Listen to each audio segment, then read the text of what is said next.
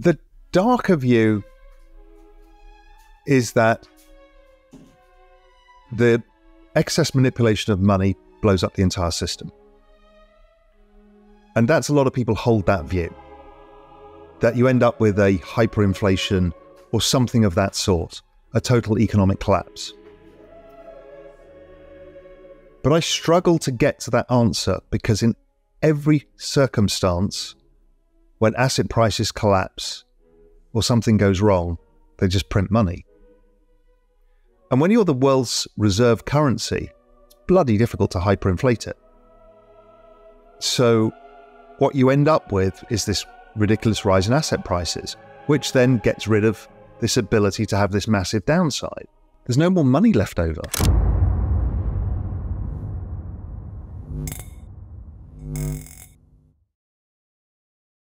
Today we have Real Vision CEO Raoul giving us his prediction for the final month of 2023 and believes that we're now weeks away from an unavoidable collapse. The crash we're seeing of many countries' fiat currency shows that this situation is extremely volatile. The latest inflation numbers are also a sign of these systems' instability and is skyrocketing as we speak. Raoul emphasizes that the repercussions are tangible, impacting people's ability to afford basic housing and food, and predicts we'll see an inevitable run on the banks. He points out that not only is the economy spiraling, but an abundance of money printing and misallocated investments is contributing to capital disappearance. These events will be put on full display in the final month of 2023. Let's get right into the latest interview with Raoul as he gives his market prediction and what we can expect in the next few months. Don't forget to like and subscribe if you enjoy the content we do here on this channel. Let's get right into the video. The debt problem is really interesting. 2008, every major government in the world of a developed economy hit 100% of GDP in debt. So, okay, and interest rates, let's say 5-year interest rates where they generally finance themselves, have averaged around 2% or less. But so is economic growth. So if you think of GDP as all of the money circulating around to pay for the debt, but the problem is the private sector is over 100% of GDP in debt in every major country. So who pays for that debt? So that's when they started shoving the interest payment debt onto the balance sheets, because the world basically hit the tipping point in 2008, and people still haven't worked this out. But I think I was the first person, and still maybe the only person, who's gone back and calculated all of the interest payments and realized that they are, and the balance sheet growth, and realized that they are just 3.5 years apart. It's the same chart. They just keep monetizing it. And that's the way that they see out of the debt, is to mutualize those payments across everybody by increasing the balance sheet. But the debt doesn't go away because GDP is not growing fast enough.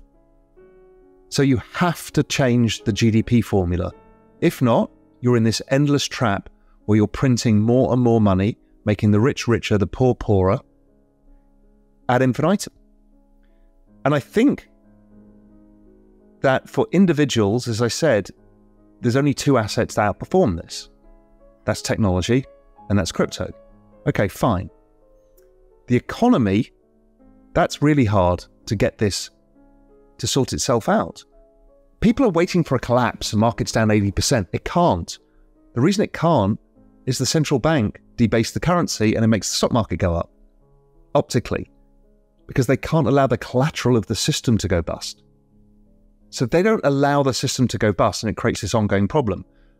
But if you listen to the narratives from the central banks and the governments, what they're really saying is the whole green energy revolution. Europe is massively funding this. And yes, it's good for the planet. Yes, it's good for a number of things. But really what they're trying to do is lower the cost of electricity. Because if you lower the cost of electricity, it has this multiplier effect on productivity. And that's how you can grow GDP growth. The other thing is population. Well, we're shrinking populations, as I said, so we have to replace people. So look at Amazon warehouses. The growth is not in people, the growth is in the robots. The robots work 24/7, 365, they never complain, and they cost a fraction of a human. So every company is incentivized to employ robots to do jobs instead of humans. Then this year, we had the nuclear bomb of deflation, which is human knowledge, lawyers, doctors, accountants, creative artists, developers, everybody, and they're replaceable via the infinite knowledge machine that is AI. That's scary for us as individuals.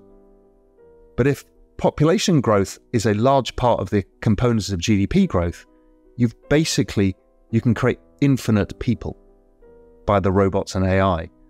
Amid this fiscal tightrope walk, Powell discusses the economic indicators we're seeing, as well as the debt dynamics and the pivotal role of central banks in shaping the market in the last part of the year. With an air of urgency, he also highlights the mounting concerns encircling the colossal $6 trillion debt maturation slated by year-end.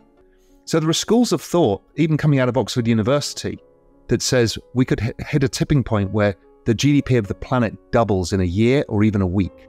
Now that sounds extreme, but if you put infinite people or infinite productive units into the economy, you can make infinite goods. Now who pays for the goods? Maybe the machines pay for the goods. We don't know. This is a whole new economic system being built in front of our eyes. This is something I call the exponential age, which is where all of these technologies are coming together, from energy to AI, to robotics, to EV, to space, to 5G, 6G, all of these things, biotech, all coming together, genetic sciences, to create this fastest period of technological change in all of humanity. And it's the only way out, and it's scary. When I discovered this whole understanding, both the exponential age and the everything code that came later, it was like a veil had been lifted from my eyes. Macro guys generally tended to be mean reversion guys. They look for something to get excessive, then they want to, bet against it. And they see the world like this, like the business cycle. And none of us could understand technology and why it kept going up. We kind of could understand crypto because it's like this macro phenomena of, a whole different financial system, parallel financial system, getting adoption, etc. But technology, none of us got, apart from the few. And when I started dividing everything by the central bank balance sheets to take account of debasement, I saw that technology was one of the things that just kept rising. And that led me to dig into this whole process. And that completely changed my framework of the world. I wasn't looking for the blow up now. I was looking for the melt up. And, crypto markets had taught me to use these logarithmic charts of these trends. If you look at the chart of Amazon, Apple, Google, Facebook, all of these, on a logarithmic chart, they're almost perfectly smooth trends. They're network adoption models. But when you look at them normally, they look like they go up and down a lot. Yes, they do, but within a consistent, secular, powerful trend.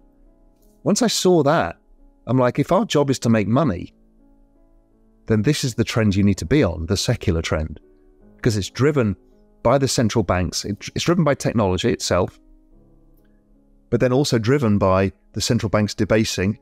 So you get the double whammy from it. It's like, okay, this is perfect. And it also is the answer to the massive macro problem of excess debt and slowed GDP and aging populations.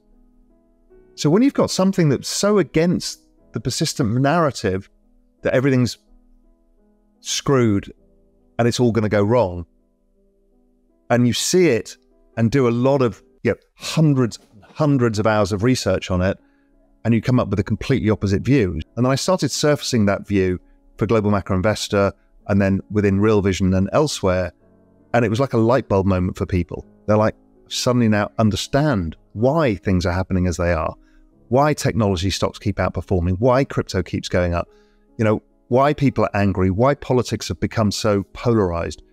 It all starts to make sense. And if we can make money from it, great.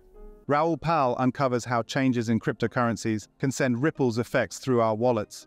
Imagine a world where borrowing money becomes more expensive. Those cool credit card deals and car leases might not be as sweet. But it's not just about numbers. It's about fairness and how many things we can buy. Among the market noise, Bitcoin emerges as a rebel in the money world, shaking up old traditions. Powell points out that the everything code is like saying money is this invisible thread that's connecting it all together.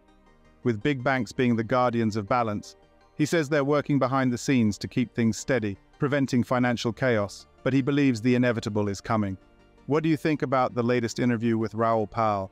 And how do you think his prediction for Bitcoin, crypto, and the financial market plays out in the last part of 2023? Comment down below. Thanks so much for watching. Don't forget to hit the like button and subscribe for more content just like this. We'll see you in the next video.